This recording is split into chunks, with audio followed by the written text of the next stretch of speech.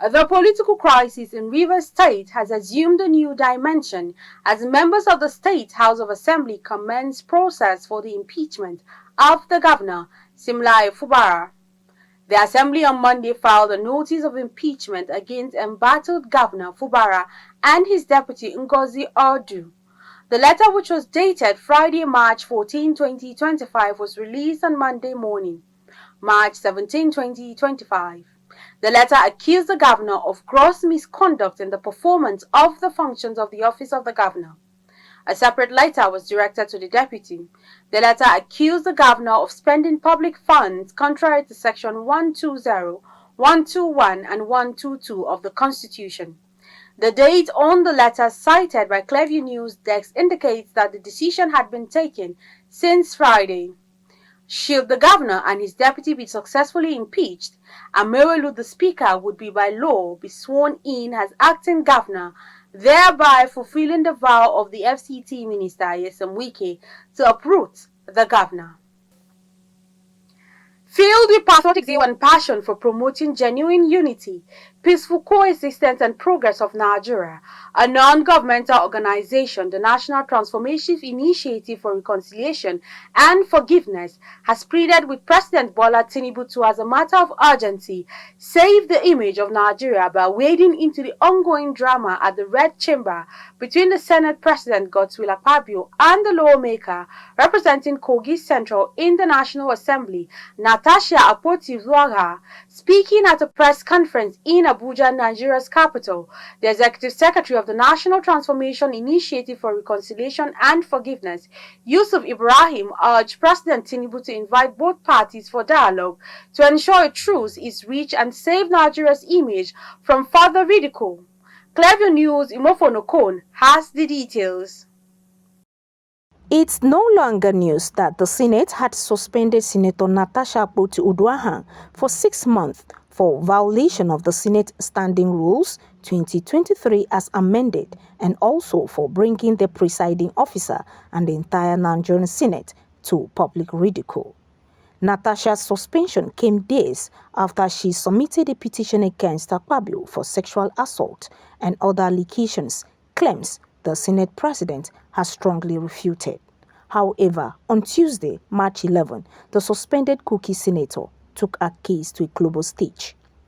It is in the light of the monumental damage being done to the country's image that the Executive Secretary of National Transformational Initiative for Reconciliation and Forgiveness, Yusuf Ibrahim, is of the opinion that allowing this melodrama to continue unchecked will no doubt hurt Nigeria's image and affect the psyche of Nigerians, especially those in the diaspora, who bear the brunt of ridicule, mockery, and other forms of indignity over the country's seeming hesitation to address the situation.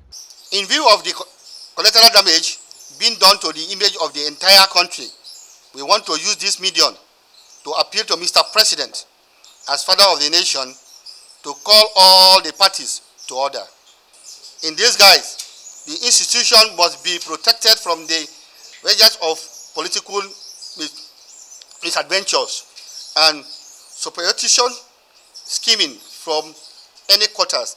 More so, some elements who detest our well-being as a citizen. In view of the magnitude of damage being done to the image of the country, other stakeholders said it is time for the country to focus on very serious issues like governance, while the National Assembly should face the country's budget. They called on President Tinubu to wade into the matter and save Nigeria from further ridicule. We expected that if anybody had an injury, he or she should have walked to the president to say, "Oh, Mr. President, please, let us also have your voice on this matter. Let there be justice on this matter." Any attempt to throw spanners in the wheel of our progress is what we do not stand for and what we do not want to entertain. And so we want to use this medium to call on Mr. President. We want the nation to focus on very serious issues of governance. This is a time when the National Assembly should be talking about the budget. We begun with gusto, we begun with verve, we begun with energy, looking at the budget, and all of a sudden this huge distraction. It's high time we put this behind us, and Mr. President has the gavel to get that done. We are not here to fuel the flames of discord, but rather to see to the fact that the president at this point should come in.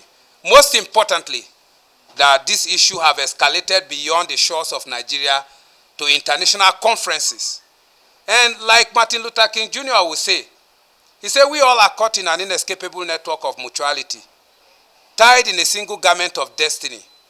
Human progress never rolls in on wheels of inevitability. It comes through the tireless effort of people willing to be co-workers. Until we are able to toe this line of co-workership as citizens of a country, I think our movement forward will seem like a macabre dance, where we will have one step forward and 10 steps backward. It is important, therefore, that we call on President Bola Ahmed Tinubu to wade in on this matter and see to it that a quick and instant resolution is attained so that we can make progress on other important issues that affect the country. The Executive Secretary of the National Transformational Initiative for Reconciliation and Forgiveness, Yusuf Ibrahim, said Nigerians deserve to be accepted and accorded respect and given due dignity wherever they reside, adding that this can only manifest when citizens jealously guide and protect the sanctity of our national image effectively. Meanwhile, the Senate President has urged Nigerians, the media, and social media users to refrain from concluding on the matter. Imefonu Kon reporting for Clever News. Human rights activist and presidential candidate in the 2023 general election, Omoyele Sowore, has thrown his support behind Uche Rita Ugmaye, also known as Ray, the National Youth Service Corps member, facing backlash over her viral video criticizing President Bola Tinubu's administration. Sowore, in a video shared on X this Monday, revealed that he had met with Ugmaye in Lagos and would be accompanying her to the NYSC local government inspector's office alongside a team of attorneys. The journey with youth corper Uche Rita Ugmaye has commenced in Lagos, Sowore said. The Adamawa State Police Command has arrested 2 suspects in connection with the gruesome murder and beheading of a 10-year-old Almajiri boy in Jada local government area. The suspect, identified as Ibrahim Abdulmalik, 27, and Aliyu Abdulmalik, 18, both residents of Angwan Sarkin Yamma, Jada, were apprehended by operatives attached to the Divisional Police Headquarters, Jada. Confirming the arrest in a statement on Sunday, the command spokesperson TSP Suleiman Ungroji said the suspects were linked to the brutal killing of Adela Lawali, a young Almajiri from Angwan, Dubai, Jeddah. He further explained that the breakthrough in the case came when intelligence reports revealed the suspect's involvement. It was gathered that the police also executed a search warrant at the suspect's residence, leading to a shocking discovery. As the race for the 2026 FIFA World Cup intensifies, African teams are gearing up for the crucial match days 5 and 6 of the qualifiers set to kick off on Wednesday, March 19th.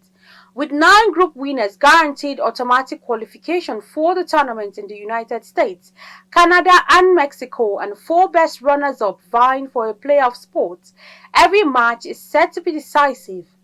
Meanwhile, Nigerian Super Eagles, who are currently in Rwanda, will be clashing with the Amuvubi of the Rwanda in a must-win encounter on March 21. And that's the news.